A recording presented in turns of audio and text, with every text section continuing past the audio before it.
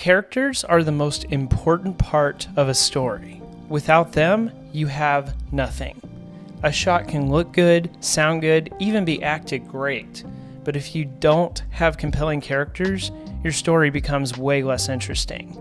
Because at the end of the day, audiences pay money to see their favorite characters.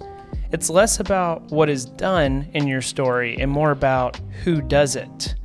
You see this kind of thing not just with movies, but with sports as well. The WNBA's ratings have gone up significantly because of Caitlin Clark. People want to watch her play not just because she's great, but because of who she is. That's not to take anything away from the story, but to me, it is all about the people. The story comes from the characters, their decisions, which leads to consequences, which results in conflict. But how does one create a compelling character? Well, in my opinion, it all comes down to these 4 points. Number 1, personality.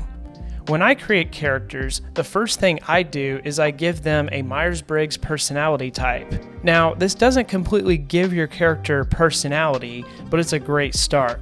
Because you know what their type is, you can read up on their strengths and weaknesses of that personality type and understand why someone with that personality would act a certain way depending on the situation.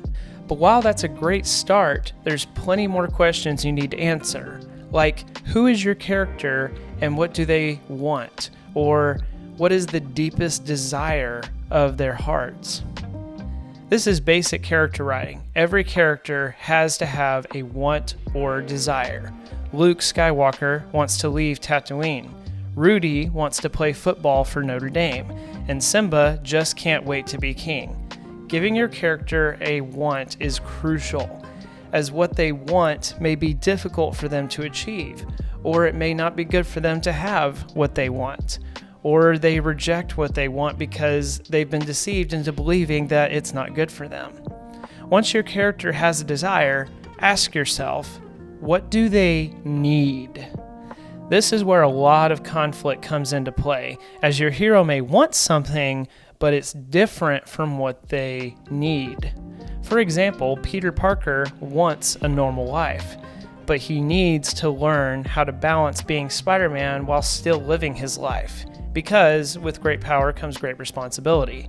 Tenzin wants the Air Nation to be like it used to be, but he needs to be okay with it evolving into something different and accept that the culture will not be the same.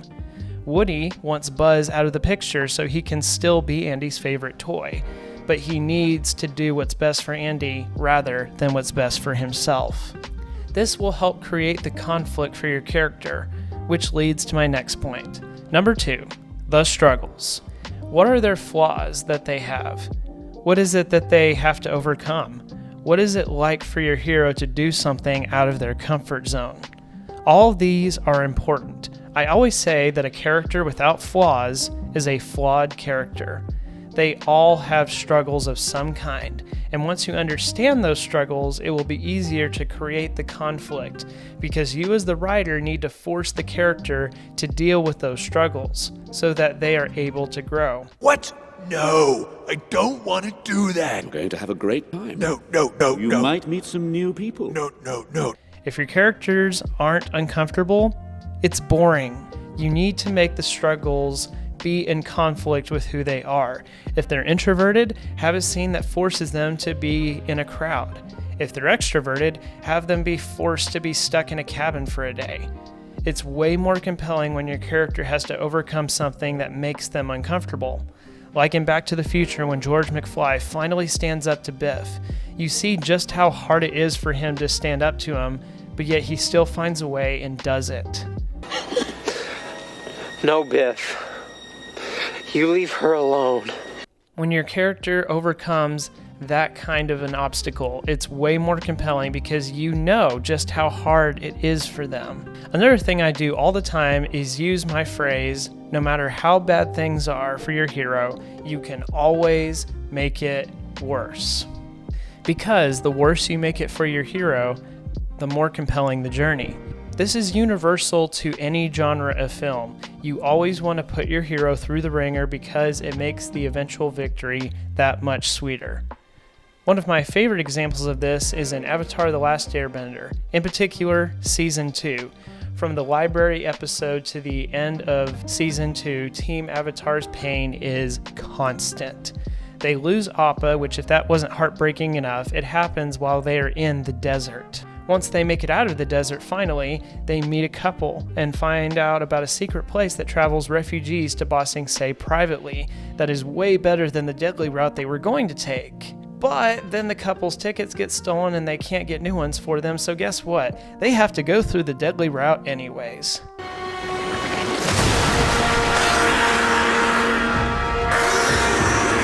think I just figured out why they call it the Serpent's Pass! But then they finally make it through the Serpent's Pass and they're on their way to Ba Sing Se. But then... Oh no! What's wrong? The baby's coming. What? Now? Can't you hold it in or something? Then Aang goes ahead to Ba Sing Se early to see if he can get a jump start on finding Appa, but then he gets stopped because Azula comes in with a drill. Sorry, Momo. Appa's gonna have to wait. So they work together and finally stop the drill from going into Ba Sing Se, and they can finally take a breath now, right? Just kidding. They find out that the 100-Year War must not be mentioned within the walls, and they have to jump through a zillion hoops just to get the Earth King to actually listen to them. But then, after all their hard work, they finally earn the Earth King's trust. They get Appa back and have a brilliant plan to take down the Fire Nation. So everything's great now, right? Everything is gonna work out perfectly. From now on and forever. Nope. It turns out Azula disguised herself as Suki, found out about the Day of Black Sun, took over the Dai Li, helped turn Zuko against Iroh, and shot Aang with lightning, killing him. Aang survives thanks to Katara's spirit water, but everything is hopeless at the end of the season. The Earth Kingdom has fallen.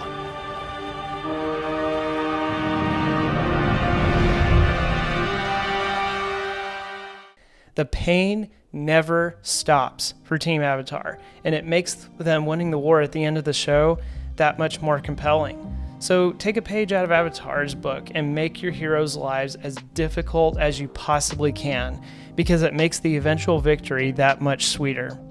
Another trick I use in giving characters a struggle is ask the question, what lies do your characters believe?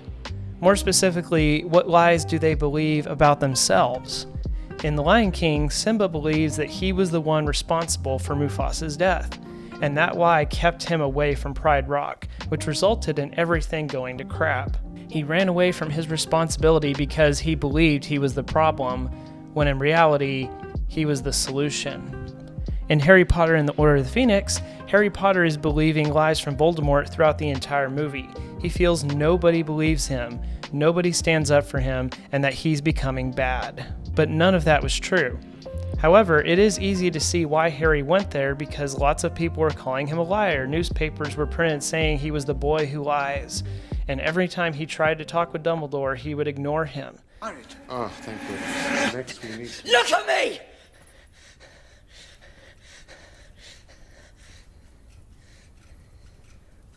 What's happening to me? It created this strong internal struggle with Harry that was very relatable. Which brings me to my next point. Number 3, relatability. How many times have you watched a movie and threw your head back and said, oh man, that happened to me once?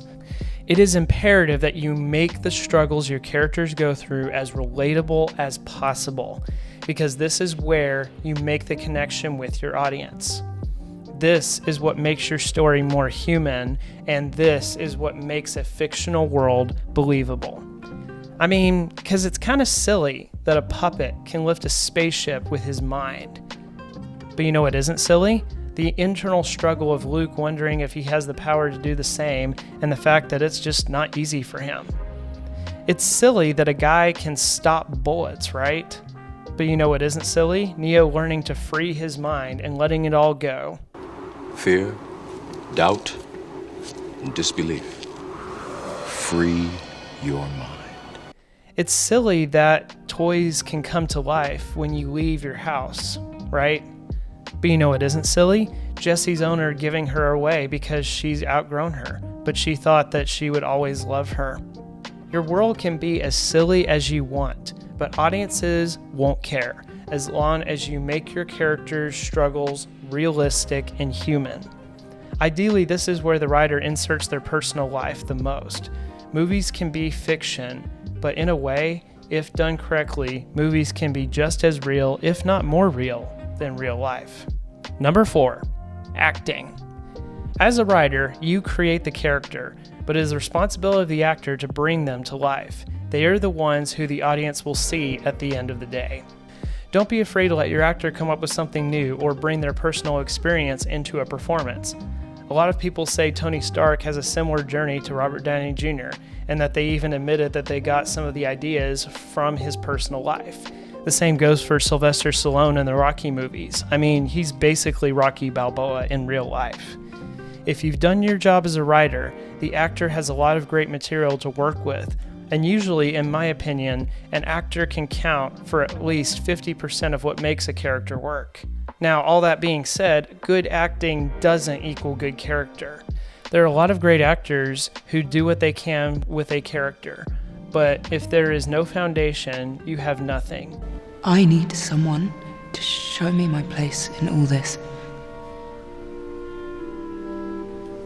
So at the end of the day, follow the first 3 steps, then hire an actor you trust to take the material and make it even better. I hope you guys enjoyed this video. If you have any other suggestions on what you would like me to talk about next, please leave a comment below. And as always, thanks so much for watching, guys. We will see you next time.